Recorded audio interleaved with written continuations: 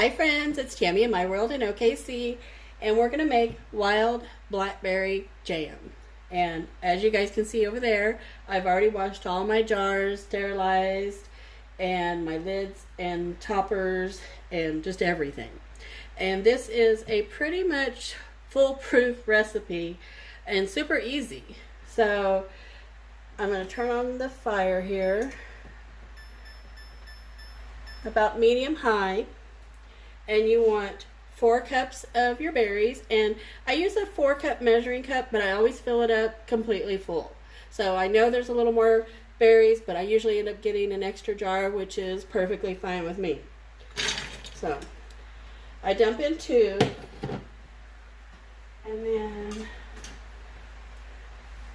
I'm going to take just a regular old-time potato masher, and I'm going to mash these. And these are still a little bit frozen, but they're going to thaw because I did turn on the heat. So I'm going to give these a good mash.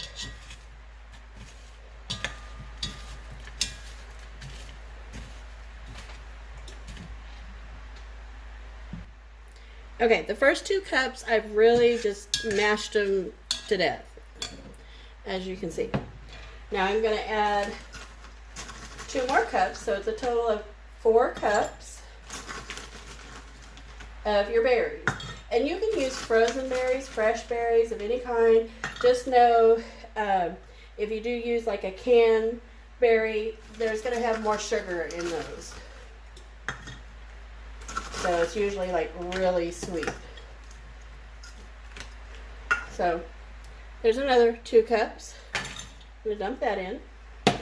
Let me just put these berries back in the freezer.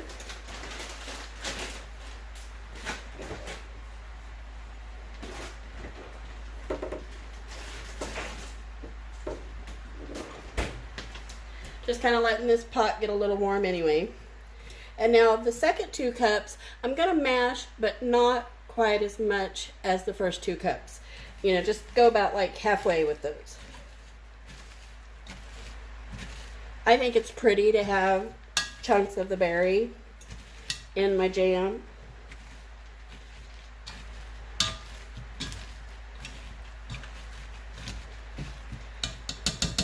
So I'm going to call that done. I like to use a wooden spoon with my jams and jellies. It just seems like it works a little better.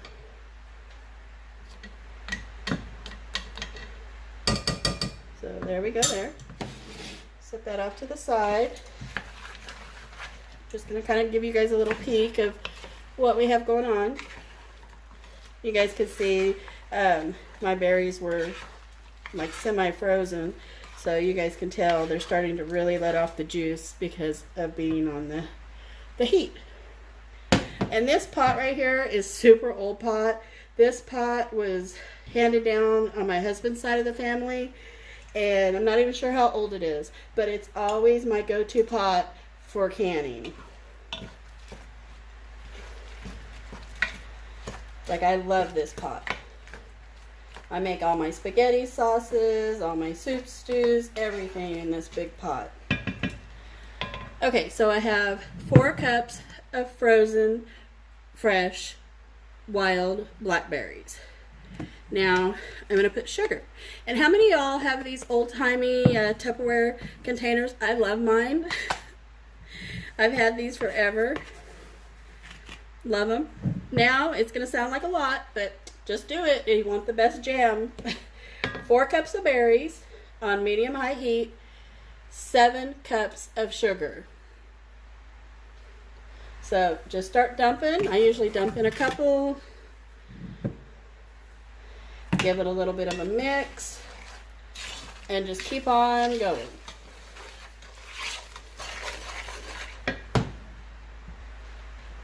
Okay, you get your 7 cups of sugar to 4 cups of berries. Just give it a good mix. And you're going to let this boil on medium to high until it's at a rolling boil. And it just looks beautiful. And see how it's getting nice and saucy? That sugar really makes a nice syrup. Now I do like to take a rubber spatula and go around the edges just to get that sugar off. You don't want that granulated sugar in your jelly or in your jam.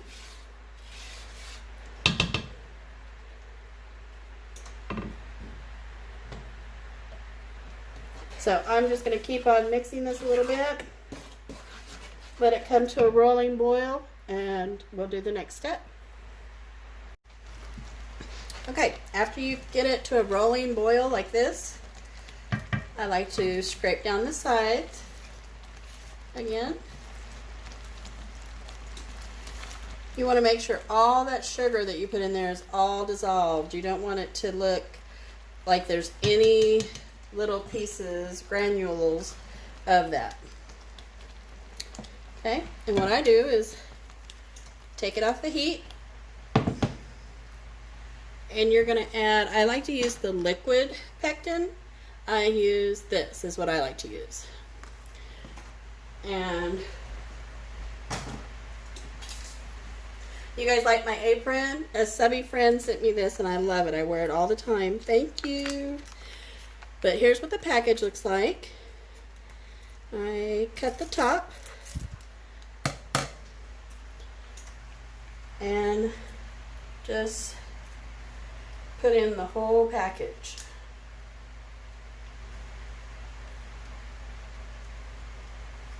This batch usually makes 6 of the little pints, but with what I've made before, I actually ended up with 7. I think it's because of the extra berries, which is perfectly fine with me. It does not hurt my feelings at all. Then I stir that pectin in.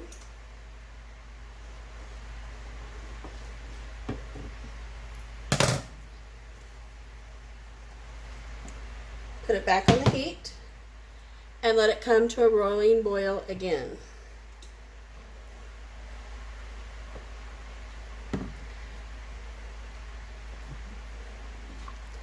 It just takes a few minutes because it is still like really, really hot.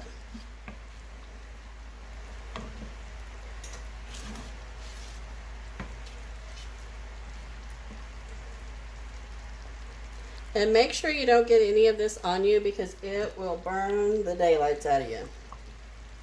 It is hot. Now, if you had, like here's my jars I'm using.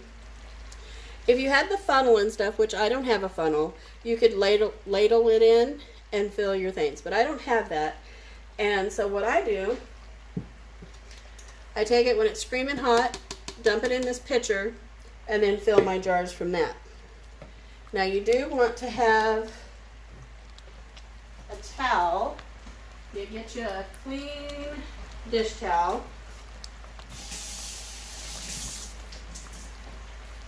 And you want to wet one of the ends.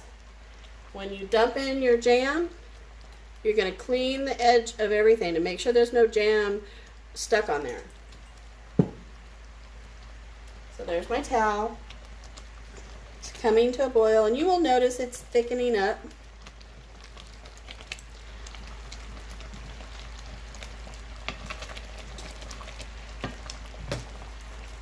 Splashing out a little bit. Okay, when it comes back to a roiling boil like this,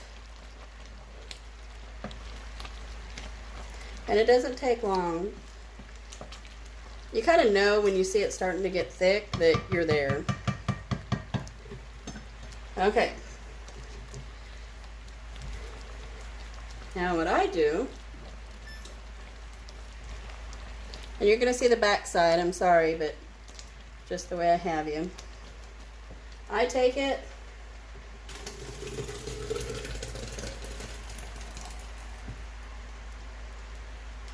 dump the whole thing. Put that in the sink. Let it start getting some water in there so I can wash it for the next batch. Okay, and that is screaming hot. Okay, I'm going to move you guys over a little closer. Okay, I got you moved over. Okay, and the last jar that you fill will not have as many berries, which those are my favorite jars because the seeds get in my teeth. So I'm okay with that. If you don't like it like that and you want all the berries to be evenly distributed, then don't use this method, but this is what I like to use. So it's your jam, you do your thing. This is my jam, I'm gonna do my thing. So while it's still super, super hot, you're gonna fill your jars. I leave about 1/4 of an inch from the top, and I did wash and sanitize all of these jars already. That is a big thing when you're canning. If you don't wash and sanitize those jars, more than likely whatever's inside will, you know, make a fungus among us, and you won't be able to store your stuff and actually go bad on you. It's like perfect to 7 jars. Oh, just perfect. Okay, and I even sanitized your lids and your caps, all of it. Now at this point, and I did make some cute little stickers that I will put on the lids. But what I do while it's still screaming hot, you're going to wipe off that lid, that rim, and get your lid on there. And these are really hot, so I would suggest use a towel to pick those up. See how there's a little bit of jam right there? If I didn't get that off, this could possibly go bad and I would lose that jar of jam. And I don't want to lose it. So I'm going to keep doing these, and I will bring you back when I'm done. Okay, I've got all my lids on. Still super hot. You want to really get that on as tight as you can. And what I do is I just leave this towel out and I just kind of pile them all together. And over the next few hours you will hear them pop, because these have the top. Hear that? That will pop down and you know it's sealed. Now for some reason, if you have one that doesn't seal, don't throw it out. Just use that one first, because it's perfectly fine. Open it, put it in your refrigerator, and use that one first. It's perfectly fine. Now I do have labels that I made, these labels, and what I will do when these do actually seal is I will remove the lid again, and I will put this on the cap because it fits underneath. I don't want it to be bulky on top.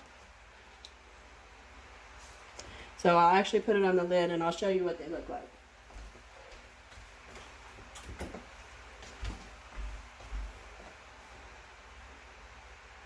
And then I always like to put the year. But it looks so pretty. If you guys would like to see more pictures of the process, I have a bunch on my Facebook page. I will leave the link down below. If you haven't joined the group page, please do so. And I'll see you guys next time. So, bye friends. Enjoy. Let me know how you make jam and what flavors you might have made this year. Bye everybody.